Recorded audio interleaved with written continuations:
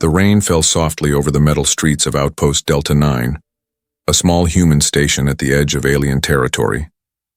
Neon lights flickered through the mist as workers ended their shifts, faces tired, boots heavy. Among them walked Ethan Cole, a human engineer who had seen too much war and too many broken machines and souls.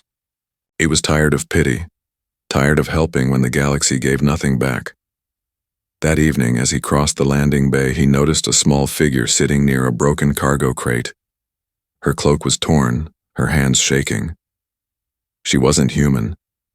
The faint glow under her skin showed the mark of the Velry, a species known for their grace and strength. But this one was different. Fragile, wounded, and trembling. Her metal legs looked damaged, half repaired with scraps. Her eyes, large, silver, and full of pain, followed the crowd, but no one looked back. Every worker passed her as if she didn't exist. Ethan tried to do the same. He told himself, "Not my problem, not tonight." As he walked by, he heard a small voice, soft, weak, but clear. "Please, don't leave me here." He froze. The words weren't shouted, they were whispered, but they carried something. Fear, hope, and loneliness all in one breath. He turned slowly. The alien girl was staring at him, her hands trembling as she tried to lift herself, but her metal legs sparked and failed. Ethan frowned. "You shouldn't be here," he said, keeping his distance. "Security will take care of you." "They already did," she whispered. "They threw me out." Something cold ran through his chest. He had heard stories about how the station guards dealt with alien refugees. No records, no questions, just removal. Still, he didn't move closer. He had helped before, refugees, scavengers, children, and each time it only brought trouble. "I can't help you," he said. The girl lowered her head. "I know," she said softly. "Humans never help broken things." Her words cut deeper than he expected. Humans never help broken things. He tried to shake it off, turning to leave. But then lightning flashed through the glass dome above, and he saw her face clearly for the first time, her eyes glimmering with tears, her skin cracked around the implants on her legs, the faint symbol of a royal mark etched on her collarbone. She wasn't just anyone. She was someone important. Once. He hesitated. The engineers on the station called him Ghost because he always worked alone, never stayed long, never cared about others. But something inside him stirred, something he thought he had buried long ago. He sighed. "What's your name?" The alien girl looked up, surprised that he had spoken again. "Lyra," she said. "I was part of the Velry Guard before they took my legs." He looked at the metal scraps where her legs used to be. "Who did that?" "Humans," she whispered, her voice trembling. "You're kind." The words hit him hard. He didn't know whether to feel angry or ashamed. "Then why ask me for help?" "Because you stopped," she said, her silver eyes meeting his. "No one else did." The bay went silent for a long moment, only the hum of generators filling the air. Rainwater dripped from the ceiling, shining in the flickering light. Finally, Ethan stepped forward. He knelt beside her, inspecting the damaged metal limbs. The design was advanced far beyond human tech, but completely ruined. "These can't be fixed with scraps," he said quietly. "I don't need them fixed," she replied. "I just need to stand again." He looked at her, confused. "You can't stand without legs." "Then give me yours," she said softly, almost smiling. "For just one moment." Ethan froze, not sure if she was joking or desperate, but her eyes were calm, too calm. Something inside him cracked. Maybe it was guilt, maybe it was hope. He didn't know. But for the first time in years, Ethan felt something stir, something human. He took a deep breath and stood. "Fine," he said. "You win. Let's get you off this floor before the guards see." As he helped her up, her small hand gripped his arm with surprising strength. Her skin was warm, trembling, alive. For the first time that night, She didn't look weak. She looked determined, and somewhere deep in his mind, Ethan felt that this simple act, helping a broken alien girl, was about to change everything. The repair bay was almost empty when Ethan carried Lyra inside. Machines slept under dim blue lights, their metal frames reflecting the rain from the windows. He placed her gently on a workbench, pushing away tools and parts. "You shouldn't have helped me," she whispered. "They'll come for you too." Ethan shrugged. "Let them. I've been through worse." He wasn't lying. His body carried marks of old battles, burns, scars, metal grafts from wars humans never talked about anymore. But as he looked at Lyra's broken legs, he felt something different. She wasn't a soldier anymore. She was just someone trying to survive. He turned on a lamp and began checking the damage. "Your leg implants are ancient. Hybrid design. Half Velry, half human tech. Who did this?" She looked away. "A human scientist said he'd make me stronger. Instead, he took everything." Ethan stopped. That explained the strange circuitry. Human design twisted with alien metal. A cruel experiment. "Why would a scientist do that?" he asked. "To make a weapon," she said softly, "one that could walk in both worlds." Ethan's hands froze. That kind of hybrid tech was banned after the Galactic Accord. Only one man ever tried it, Dr. Corin Vale, the same man who led the projects that killed thousands, including Ethan's own squad. He looked at her again, more carefully this time. "You're telling me you were one of Vale's experiments?" She nodded slowly. "The last one that lived." For a long moment, Ethan said nothing. He could hear the hum of the lights, the slow thump of his own heartbeat. He had once sworn to kill every scientist involved in that program. But now, one of their victims sat before him, afraid, alone, half machine, half life. Lyra looked at him nervously. "Are you going to turn me in?" He met her gaze. "No. But you're going to tell me everything." Her voice was barely a whisper. He said humans and Velry would never trust each other. He wanted to make something that could destroy both, or control both. Ethan clenched his jaw. "Typical Vale," she continued. "When I refused to obey, he broke my legs. Said if I couldn't walk for him, I'd never walk again."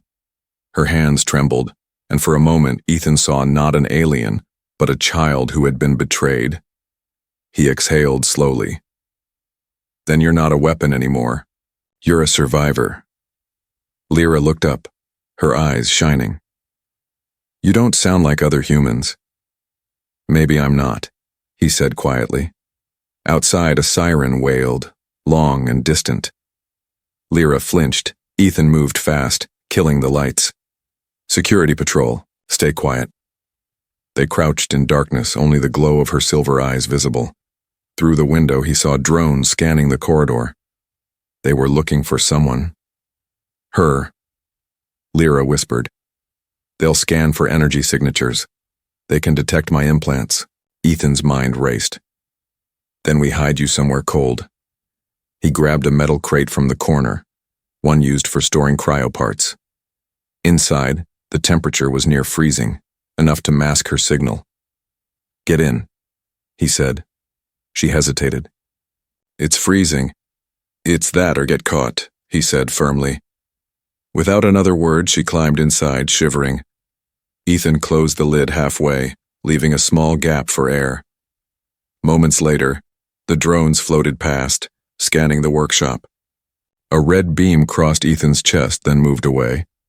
After what felt like forever, the sound faded. When he finally opened the crate, Lyra was shaking uncontrollably. He pulled her out and wrapped her in an old blanket. "You okay?" Her lips were blue, but she managed a small smile. "You risked your life for me." He looked away.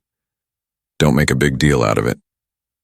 But deep inside, he knew it was a big deal. He had never risked anything for anyone since the war ended.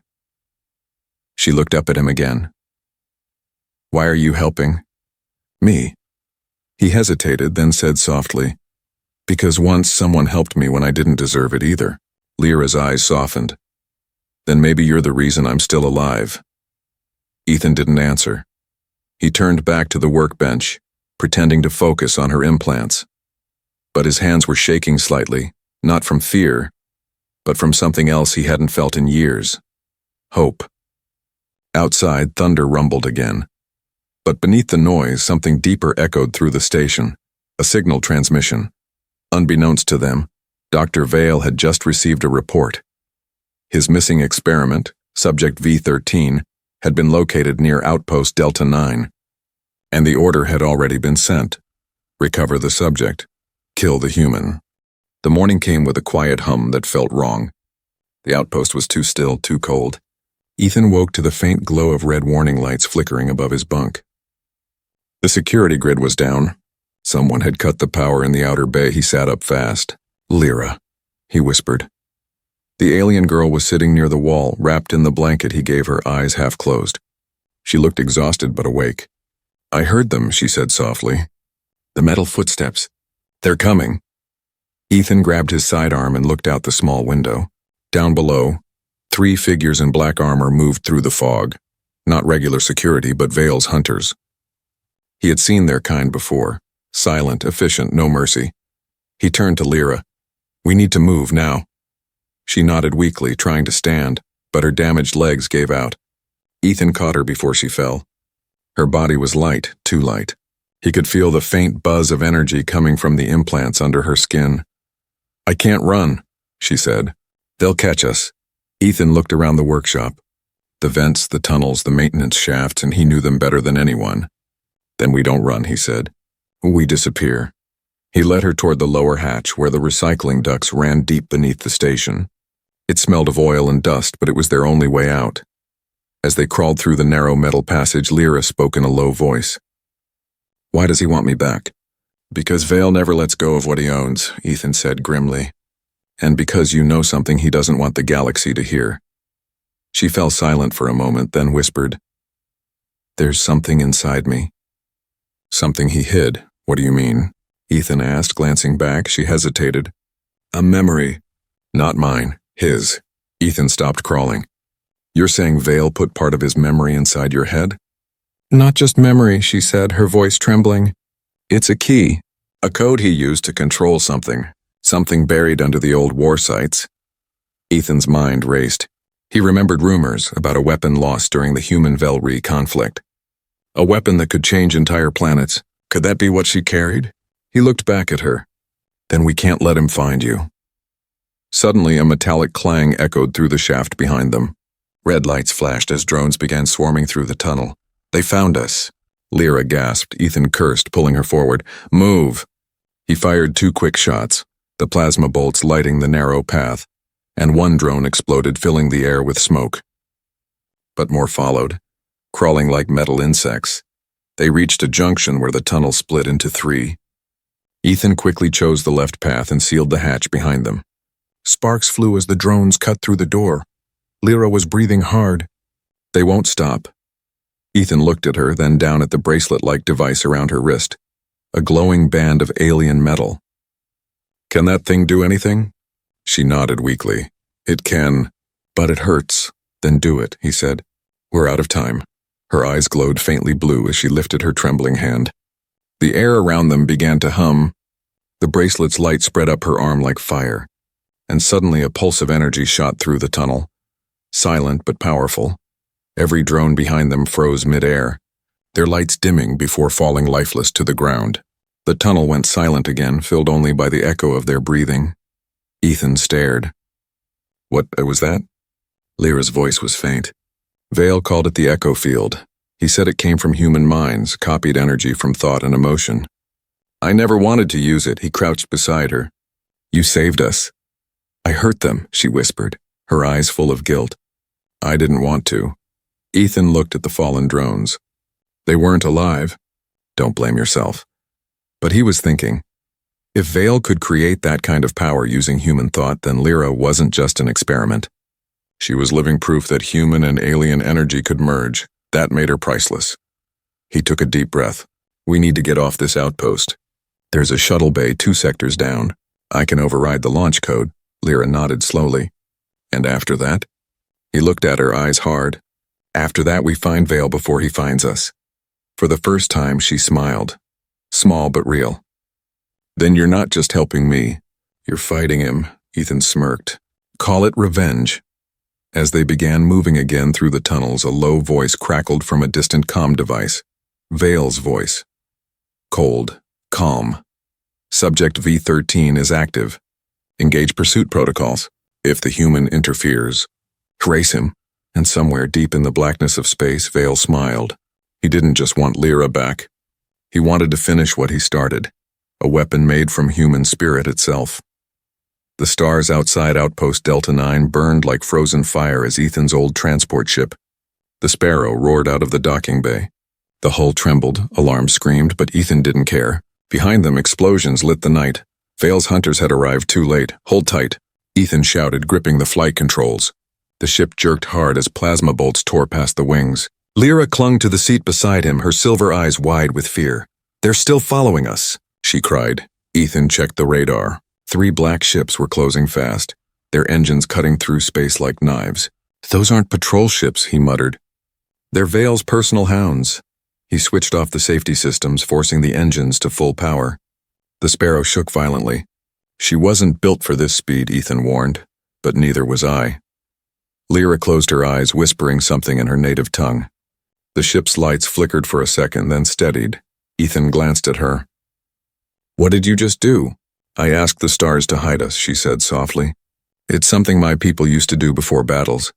Ethan almost smiled. Then let's hope they're listening. The ship dove toward a nearby asteroid field. The enemy ships followed, firing plasma trails that burned across the darkness. Inside the cockpit, warning signals screamed as fragments smashed against the hull. Ethan dodged left and right, barely squeezing between massive rocks. One wrong move and they'd be space dust. Lyra held her breath. You can't outrun them forever. I'm not trying to, Ethan said. I'm trying to lose them. He twisted a dial and cut the main thrusters. The Sparrow went dark, drifting silently through the debris. Without the engines, the radar would show nothing but stone and metal. The black ship slowed, scanning the field. For a few tense seconds, all sound vanished except the faint hum of cooling metal. Lyra whispered, Did it work? Ethan didn't answer. He waited, staring at the radar. The hunters circled once, twice, then turned away, disappearing into the black. He exhaled slowly. We're clear. Lyra slumped in relief, her eyes glimmering. You risked everything for me again. He leaned back, exhausted. Yeah, well, I've always had bad luck with women who cause trouble. She looked confused, and he laughed quietly for the first time since they met. But his smile faded as he opened the navigation screen. They'll track our heat trail eventually. We need to hide somewhere far from the main routes. Lyra pointed to a glowing nebula on the star map. There, she said. The Vale sector. No one goes inside. The radiation scrambles sensors. That place is suicide, Ethan said. She met his eyes. So is staying here, he sighed. You've got a point. He set the coordinates and pushed the lever. The Sparrow jumped into hyperspace, streaks of blue light flashing past the windows. For a long while, neither of them spoke. The hum of the engines filled the silence. Then Lyra said softly, Do you ever wonder why humans and Velry can't live together? Ethan frowned. Because we tried. And it broke the galaxy. She tilted her head. Maybe it didn't break. Maybe it just changed. He looked at her, surprised by the calm in her voice. My people used to fear humans. She continued. Your fire, your chaos. But I've seen something in you no Velry understands. You keep going even when everything is broken. You rebuild from dust. Ethan didn't respond. He just stared out the window, watching the stars blur. Then, without warning, alarms flared again. What now? He muttered. A static voice crackled through the comm system, distorted but recognizable. Ethan Cole? I expected better from you, Lyra froze. It's him. Dr. Vale's voice filled the cockpit, cold and sharp. You can't run from me. The girl is my creation. Bring her back and I'll let you live. Ethan slammed his fist on the console. You call this living? Turning people into machines? Vale's laugh was slow, cruel. You still think she's a person? Look closer, Ethan. That thing beside you isn't a girl. She's data wrapped in skin, aka my design. Lyra trembled. "He's lying," she whispered. Ethan looked at her, the fear, the warmth, the humanity in her eyes. He didn't care what Vale said. "If she's a machine," he growled, "then she's more human than you'll ever be." Vale's voice turned icy. "Then you'll die with her." The transmission cut off. The ship's systems flickered again. Vale had tagged them with a signal trace. "Hang on." Ethan shouted. "We're going dark." He slammed a switch, sending the Sparrow spinning into the Vale sector's blinding clouds. The nebula swallowed them in light, colors swirling like liquid fire. Lyra's voice was faint but steady. "He won't stop." Ethan nodded, eyes fixed ahead. "Neither will I." As the ship vanished into the storm, Vale watched from his command vessel, smiling. "Good," he whispered. "Run as far as you can. The farther you go, the more you'll reveal what she really is." The Vale sector was unlike any place Ethan had ever seen. The nebula glowed like a living storm, its colors twisting between blue and gold, every pulse humming with strange energy. The Sparrow shuddered violently as static filled the cabin. "Engines are dying," Ethan said, fighting the controls. "Power cells can't handle this radiation." Lyra held onto her seat, her skin glowing faintly from the strange light outside. "It's reacting to me," she whispered. "The energy here. It knows me. Knows you?" Ethan snapped. "We're about to crash." Before he could adjust course, a surge of power hit the ship. A white flash consumed everything. The Sparrow spiraled out of control, slamming through layers of light and silence before hitting something solid. Then, darkness. Ethan woke to the sound of dripping water and the faint hum of damaged circuits. His head throbbed. The cockpit was gone, ripped apart. Through the broken hull, he saw towering crystal structures glowing softly in the mist. He groaned. "Lyra?" a weak voice answered. "Here." She was sitting near a shattered console, her eyes dim, one of her mechanical legs sparking. He rushed to her side. "You're alive," she smiled faintly. "Mostly." He checked her systems. The metal in her legs had fused to something strange, glowing threads of energy that pulsed with the same rhythm as the crystals outside. "We're not just on a planet," he said slowly. "We're inside something." Lyra touched one of the crystals gently. "Velry ruins," she whispered. "Old, very old. My people say the First War ended here." Ethan frowned. "The First War? You mean before humans even arrived in this galaxy?" "Yes," she said. "When the stars were still young. We built machines that could think. They learned too much, so we sealed them beneath the veil." He looked around. The ruins stretched endlessly like a cathedral made of light. Strange symbols flickered across the crystal walls, shifting, changing, alive. Why would Vale send us here? He wondered aloud. Lyra's expression darkened. "He didn't. The code inside me did." Ethan turned to her sharply. "What code?" "The one he put in my mind," she said softly. "It's calling home." The words chilled him. "You're saying this place is answering you?" She nodded slowly. "It wants to wake up." A deep vibration rolled through the ground, shaking the ship remains. The crystals brightened and the symbols began to move faster, forming circles of light that hovered in the air. Ethan drew his weapon. "Whatever that is, make it stop." "I can't," she said, clutching her head. "It's inside me. It's showing me something." Her eyes flashed blue, and for a moment she wasn't Lyra anymore. Her voice changed, mechanical and echoing. "Protocol Sigma confirmed. Human key detected. Activation sequence begun." Ethan's blood ran cold. "Human key?" Lyra gasped as the light faded. "He used your DNA," she said weakly. "Vale used human soldiers to make the final link. He used you." Ethan stared at her, stunned. "That's impossible." "It's why he wants me alive," she said. "Together, we're the lock and the key." Before he could respond, the ground split open and a massive structure began to rise, a sphere of crystal and metal, humming with ancient power. It floated above the ruins, casting waves of energy through the air. Ethan shielded his eyes. "What is that?" Lyra looked up, her voice trembling. "The heart of the Vale, the machine my ancestors buried. It can reshape matter, change entire worlds." Ethan's mind raced. Vale wants that power. He wants to control creation itself. Lyra looked at him sadly. "And now, because of me, it's awake." Suddenly, a distant rumble echoed through the chamber, engines approaching fast. Ethan's communicator buzzed with static. A voice came through, cold and calm. "Ethan Cole, I see you found my machine. Vale's voice. Lyra's eyes widened in terror. He's here. Ethan clenched his fists. Then he came to the wrong place. He pulled Lyra up, setting her against a wall. You hide. I'll deal with him. She shook her head weakly. You can't fight him. He controls everything. Not everything, Ethan said, staring at the rising sphere. Not us. The ruins trembled again as Vale's ship descended through the clouds of the veil, its black hull glowing with red light. Lyra whispered, if he links with the heart, he'll destroy every world that ever existed. Ethan looked at her, determination burning in his eyes. Then we stop him, together. For the first time since the war, he wasn't running. He was standing where humanity had always stood, between destruction and hope. And this time he wasn't alone.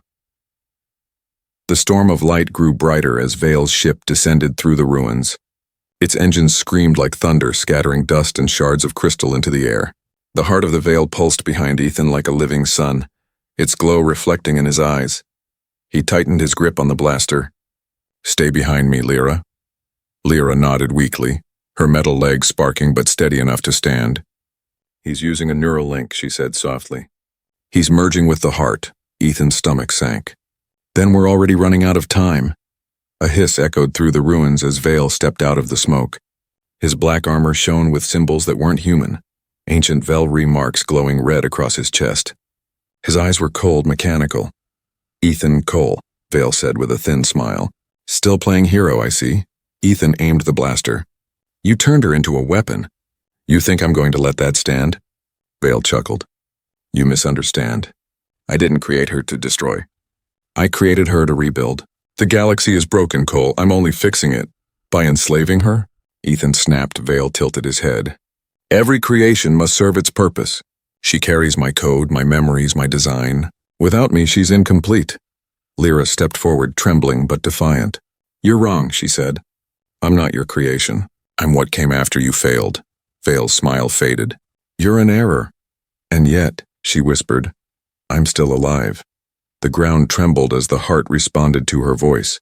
Blue light spiraled upward, wrapping around her body like threads of energy. Vale raised his hand, trying to regain control, but the heart pulsed harder, resisting. Ethan's eyes widened. It's listening to her, Vale snarled. No, it obeys me. He pressed a control pad on his wrist, sending a surge of power through the ruins. The light flickered. Lyra screamed and fell to her knees, clutching her head. Lyra! Ethan shouted, running to her. He fired at Vale, but the shots deflected off an invisible shield. Vale stepped closer. You can't save her. The code inside her is mine. When she connects fully, her mind will collapse, and I'll become the new heart. Ethan glared.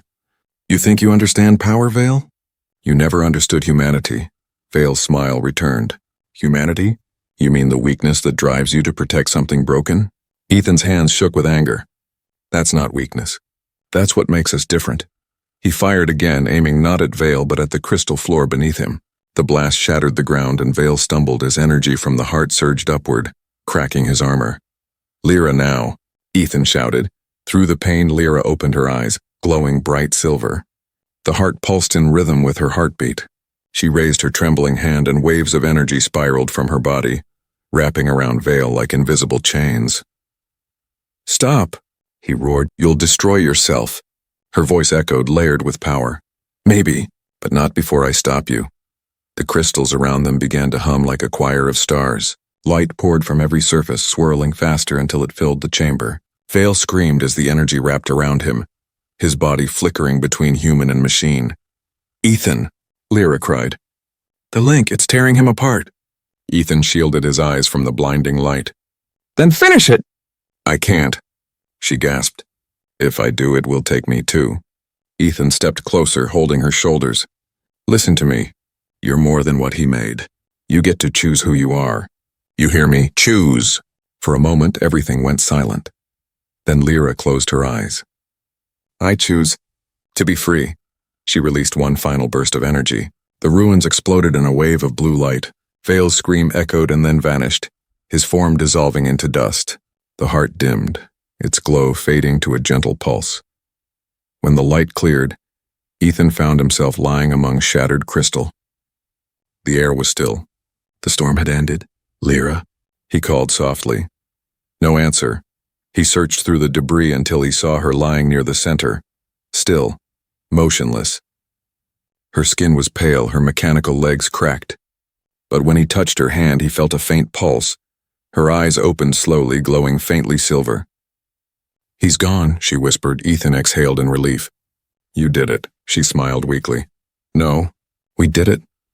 He looked at the fading heart, its light now calm, peaceful. "What happens now?" She looked up at the sky where the storm was breaking apart, revealing stars beyond the veil. "Now, we start again." Ethan nodded slowly. For the first time, the galaxy didn't feel broken. It felt alive. And as he helped her stand, the faint glow of dawn shone through the ruins, washing over them both.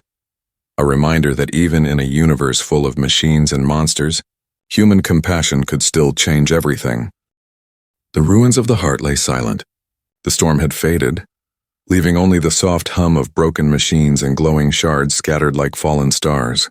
Ethan and Lyra stood at the center, their silhouettes framed by the last traces of light from the veil. Ethan's clothes were torn, his hands burned, but his eyes were calm. "It's over," he said quietly. Lyra shook her head. "Not yet." She walked slowly toward the heart, now a dull, cracked sphere still pulsing faintly like it was breathing. "It's still awake," she whispered. Veil's energy didn't die. It merged with the heart. He's still inside. Waiting. Ethan stepped forward. "Then we destroy it." She looked at him sadly. "It can't be destroyed. The heart is part of the veil itself. If we break it, the entire sector could collapse." Ethan clenched his fists. "There has to be another way." Lyra turned to him, her expression soft. "There is. But it means I go back inside." He froze. "No, not again," she smiled faintly. "I was made from its code. I can link with it and seal it forever. But if I do, I won't come back." Ethan shook his head firmly. "I didn't come this far just to lose you." Lyra reached out, touching his chest gently. "You didn't find me to lose me. You found me to remind me what it means to be alive." The silence between them grew heavy, filled with everything left unsaid. The soft wind carried dust through the broken halls, glimmering like snow. Ethan's voice broke the quiet. "You said once humans rebuild from dust, so we rebuild together. We find another way," she smiled. "You already did. You rebuilt me." He stepped closer. "Lyra, please." But she placed a finger on his lips. "You gave me more than life, Ethan. You gave me choice." Her eyes glowed brighter now, silver and blue merging in waves of light. The shards around her began to rise, drawn toward her like they recognized her command. Ethan's heart pounded. "If you do this, what happens to you?" She looked back at him with calm eyes. "I'll become part of the heart, but maybe I'll still see the stars." He grabbed her hand. "Then I'll find a way to reach you." "I don't care if it takes a lifetime." Lyra smiled gently. "Humans, always promising the impossible." He held her hand tighter. "And sometimes we keep those promises." A tear slipped down her cheek, the first and last she would ever shed. She leaned forward, resting her forehead against his. "Thank you for showing me what it means to be human." Light began to pour from her body, soft at first, then blinding. The air trembled as the heart responded, glowing once more with ancient energy. Ethan stepped back, shielding his face, shouting her name. "Lyra!" Her voice echoed through the chamber, soft and full of peace. "Goodbye, Ethan Cole. Tell the stars I remembered." And then she was gone. The heart pulsed once, bright, beautiful, then folded into itself, collapsing silently. The ruins dimmed. The storm outside vanished, replaced by calm golden light. Ethan fell to his knees. The world was quiet again, but emptier. The veil sector had stabilized, the danger was gone. Yet he felt like a part of him had been taken with her. He sat there for a long time, staring at the place where she had stood. Then slowly, he reached into his jacket pocket and pulled out her broken bracelet, the one she had used to control her energy. Its glow was faint but still alive. He looked at it and whispered, "You said you'd see the stars, so I'll make sure you do." Months later, the new colony ship Aurora drifted beyond the edge of the veil, carrying refugees, explorers, and dreamers. In the captain's seat sat Ethan Cole, older, quieter, but with a spark in his eyes. Beside the console rested a small crystal sphere, softly pulsing with blue light. When the stars reflected on it, it almost looked like it was smiling. The crew often said the ship's navigation system sometimes hummed, a soft melody, like someone whispering to the stars. Ethan knew better. Every time he looked into the endless void, he felt her there, not as code, not as machine, but as something more. She had become the light that guided them forward, and somewhere, beyond the veil, a voice whispered through the static of space. "Still watching, Ethan. Still free." He smiled faintly. "Good," he said, because humanity just got started. The Aurora jumped into hyperspace, leaving a trail of light behind, two souls, human and alien, bound forever by choice, courage, and the simple truth that even in a galaxy of endless cold, human warmth could change everything.